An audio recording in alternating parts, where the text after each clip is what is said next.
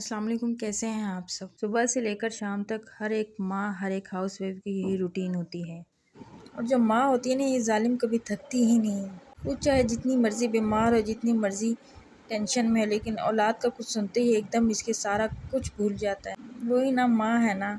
मेरी अम्मी कहा करती थी कि माँ को सिर्फ कब्र में ही आराम मिल सकता है। मेरा अपना लाइफ बेस्ड एक्सपीरियंस है, यह सबका ही होगा इसी तरह से। लाइफ में स्टार्ट में मुझे डेंगू हुआ, तो आप यकीन कर मुझे ऐसा लग रहा था जैसे मुझ पर कोई हवाई मखलूक बैठ गई हो। मैं ऐसे तड़प रही थी कि बस।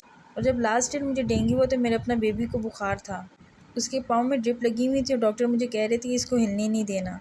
आप यकीन करें, मैं साथ तड़प रही थी, लेकिन मुझे अपनी बेबी की टेंशन लगी हुई थी, उसको मैं हिलने नहीं दे रही थी। अगर कोई मुझे कहता कि आपको डेंगू है, तो मैं कहती थी नहीं, मुझे डेंगू नहीं है। ऐसा थोड़ी ना होता है डेंगू तो इससे पहले मैं गुजर चुकी हूँ। लेकिन वही बात कि वो मुझे डेंगू ही था। पहले डेंगू फीवर का रास्ता एक बेटी से पड़ा था, लेकिन अब जो थी, अब उसके सामने एक माँ थी। मुझसे मेरे बेटे ने सब कुछ भुला दिया था, मेरे औलाद ने मुझसे सब कुछ भुला दिया था। बस वही बात, माँ की सेधी खो हुई ना। अच्छा जी, ये जो मैं डे टाइम की रूटीन है मेरी, मैं इसमें चाय के बर्तन वॉश करी हूँ। साथ ही मेरी हैंड की फिंगर में काफ़ी ज़्यादा पेन हो रही थी, नेल को कुछ हो गया हुआ था। अच्छा, आइए तो आप सबको पता होगा कि एग के बर्तन हमेशा से बाद में धोने चाहिए, क्योंकि उनकी स्मेल बाकी बर्तन में भी चली जाती है।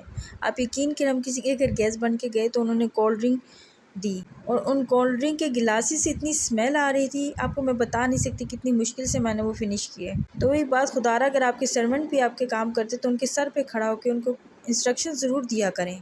सर्वेंट्स होते हैं, हेल्पर्स जो होती हैं, उनका अपना घर तो नहीं होता, और अगर बिलफर्ज होता भी तो उन्होंने वहाँ पे भाग दौड़ के बस अपने घर जाना होता है, तो जान छुड़ाती हैं जो भी है। तो हमेशा आपके बर्तन के लिए पोंछी मैं अलग से रखती हूँ, उसको अलग से उनको वॉश करती हूँ।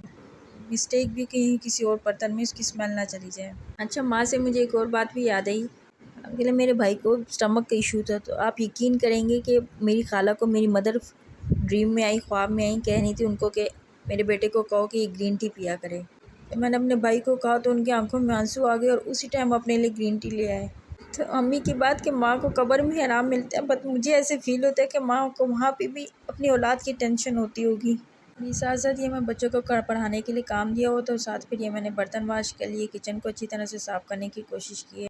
और कोशिश किया करें जब सालन बर्तन में थोड़ा रह जाए तो उनको उनकी क्वांटिटी के मुताबिक किसी ऐसे बर्तन में रख दिया करें जिसको आसानी से आप गर्म भी कर सकें। अगर फ्रिज में रखना हो तो वो भी इजीली आप रख सकें।